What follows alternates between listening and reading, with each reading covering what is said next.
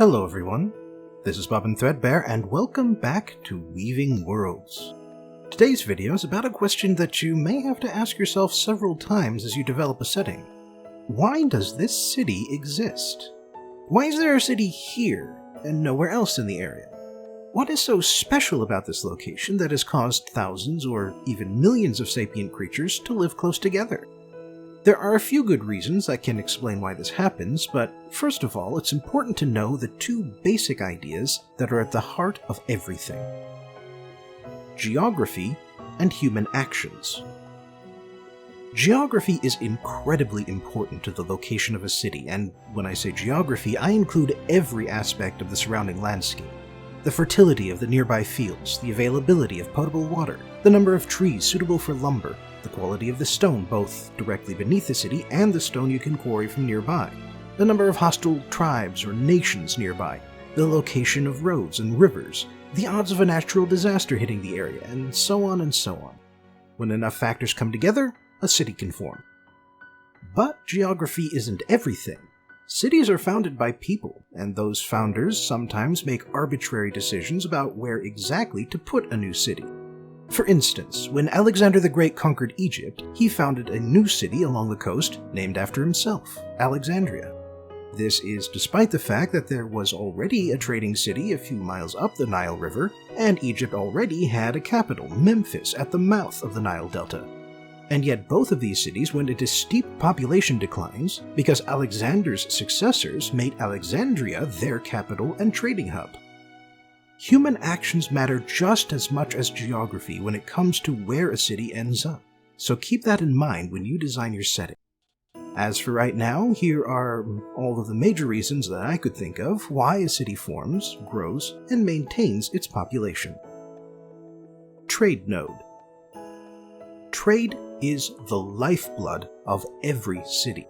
You can't feed a city and build every structure in town just from the fields and forests within a day's walk, and so every city needs merchants, traders, teamsters, artisans, pack animals, wagons, cargo ships, trucks, and everything else it takes to bring in resources.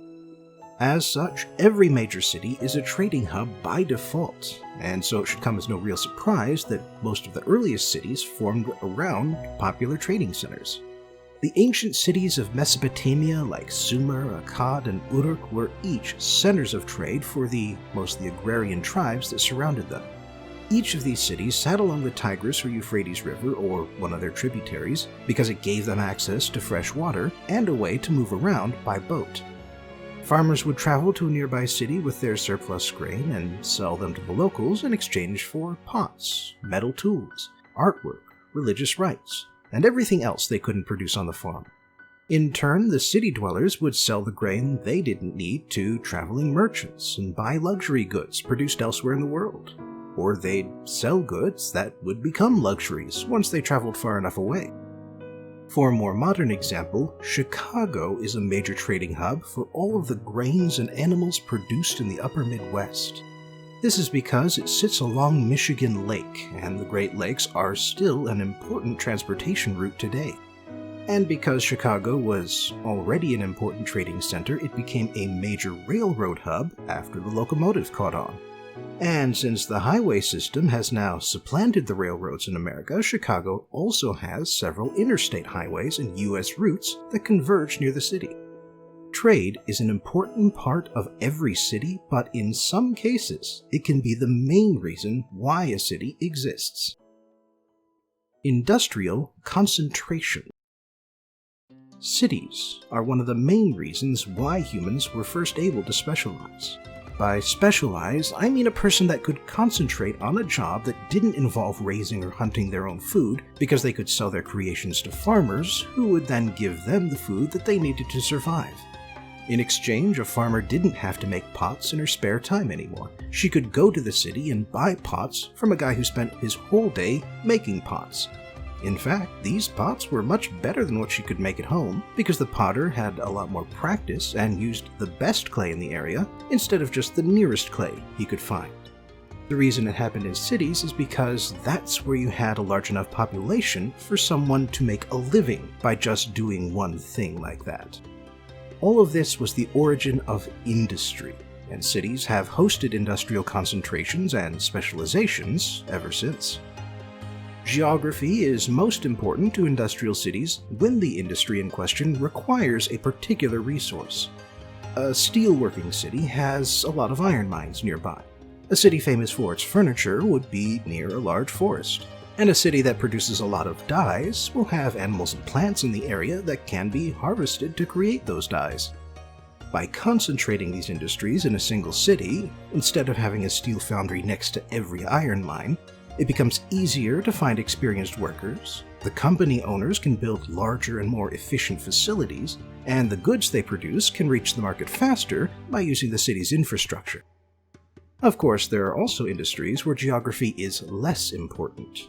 Writing, acting, filmmaking, software development, higher education, intellectual industries can take place pretty much anywhere, and they can support cities just as effectively as a resource-based industry. Silicon Valley and the San Francisco Bay Area could have sprung up anywhere, but it sprung up in San Francisco and San Jose because the first company that could make transistors was based in that area. New York City is the heart of the American publishing and live theater industries, but that's mostly because it's one of the oldest and biggest cities in the United States. The industries could have been based in Philadelphia or Boston, but they're not, and that's just how it is. Defensive point. As cities grew in wealth and importance, they became the target of raids and wars of conquest. So city dwellers would build walls to protect themselves and eventually develop castles, fortresses, and other defenses. Defensive geography became an important factor in choosing new sites for cities, because while a wide river might be good for trading, it's also a good way for invaders to quickly reach your city. In particularly warlike ages like medieval Europe and the Warring States period of Japan, people founded cities with an eye towards easy protection. The capital of Scotland, Edinburgh, was officially founded around 1130 CE, and the central feature of the town is still Castle Rock, where the Scottish king built a fortress. Edinburgh was never a big trading or industrial center throughout the Middle Ages, but the castle could protect an army, and that army could sally forth and attack invaders who tried to go after more vulnerable targets like Berwick or Leith. Because of this defensive importance, Edinburgh has been the capital of Scotland for centuries. Religious or cultural hub. During the later Middle Ages, the wealthy classes began to grow numerous, and roads became safe enough for people to travel on them for the sake of amusement or enlightenment, at least when there wasn't a war raging. In the Muslim world, they developed a religious doctrine to, if possible, visit Mecca at least once in a lifetime. In the Christian world, wealthy cities built magnificent cathedrals and stocked them with the bones of saints, shards of the true cross, and other religious artifacts. Travelers and pilgrims had money to spend, and so major religious cities like Rome, Jerusalem, and Mecca became wealthy because of these pilgrims. These days, travel is even easier, and so more kinds of tourism have developed. Cities will build giant monuments or promote local attractions to stand out and get tourists to visit them. There's the Eiffel Tower in France, the Statue of Liberty in New York City, the Golden Gate Bridge in San Francisco, and the amusement parks of Orlando. The tourism economy is most likely to exist in an already established city, unless travel in your setting is easy, but even when it's not, religious or cultural tourism can make a big city even bigger. Political center. Running a kingdom or an empire isn't easy. It demands a lot of paperwork and bureaucracy. You need to hire a lot of people to run around the empire and report back about populations and taxes and emergencies. And you need even more people to represent regional governments. All of this activity needs to take place in a centralized location, a city, and being a political center can be the whole reason why a city is big. Something else that helps political cities grow is all of the tax revenue that comes in from the provinces. Even a representational government will spend some of their tax money on monuments, museums, mansions, and other displays of wealth. Athens became a large and wealthy city when it became the center of a Greek alliance. London is the biggest city of England, and Cairo and Alexandria are the two biggest cities in Egypt and also happen to be the two most recent capital cities of the country. No matter what era your setting takes place in, the capital of a country will be one of, if not the biggest city in the nation. Migration stop-off. Sometimes a city becomes big not because it's a destination, but because it's a starting point. In the United States, the city of St. Louis rose to prominence because it was the last major city before you hit the western frontier, past the Mississippi River. New York City grew to its current size after it became the preferred port of entry for European immigrants, and San Francisco served the same purpose for Asian immigration across the Pacific. When a city serves as a hub for migration, it grows for two reasons. First, travelers will pay a lot of good money in town to buy the supplies and transportation they need to keep going. Second, many travelers will settle down in the city instead of traveling further. Cities in the United States may provide the most recent and prominent examples, but you also see this in other times and places. For instance, Reykjavik, the capital of Iceland, is also the oldest permanent settlement on the island and its biggest city.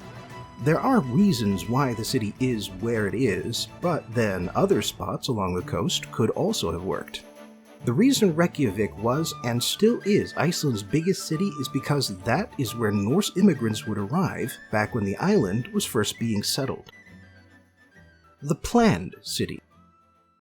Every city is founded intentionally, but for the most part they start as towns and just happen to grow big thanks to political and geographical influences. However, sometimes people will plan to build a huge city from the word go. In most cases, planned cities are political centers, since bureaucracy isn't tied to geography, and a person needs to be pretty powerful to make the decision, let's build a new city here. Alexandria in Egypt is an example of a planned city, and so is Washington, D.C. in the United States. The federal government built Washington because they needed a new city that wasn't already owned by one of the 13 states, and they chose a spot on the border between Maryland and Virginia because of political negotiations and not because it was the perfect place for a new metropolis. Some other examples include Brasilia, the modern capital of Brazil, and New Delhi in India. Other considerations. Understanding historical forces is all well and good, but if you're creating a science fiction or fantasy setting, then you also have to worry about things that have never happened, but may end up affecting where your cities are located and what they're like. However, for the most part, you can still boil down these unusual concerns to geography and human decisions, or whatever thinking creature built the city. Let me give you some practical examples.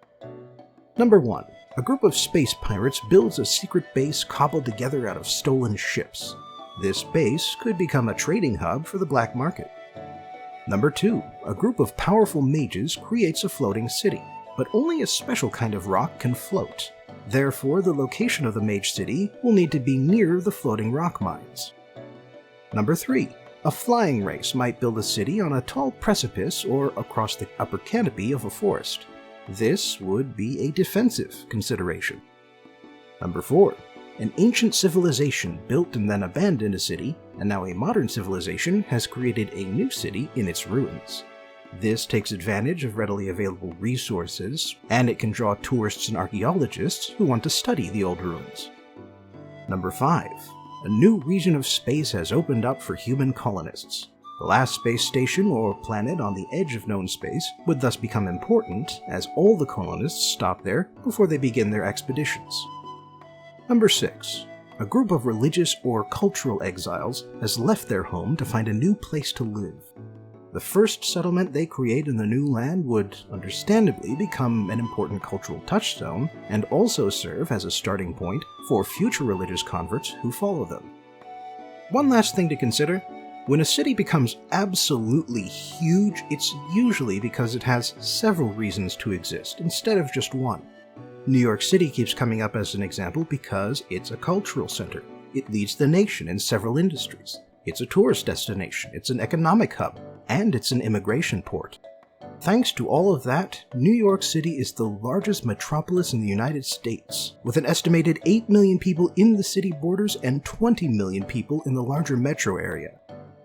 If you want a city that's the center of everything in your setting, then there are probably a lot of reasons why it's there. By coming up with a reason why a city exists, you can develop its character, its layout, and the kinds of experiences people will have when they live there or pass through town. A trading city will have a massive open square where caravans can set up their wares, and an otherwise empty field will come alive for a few days.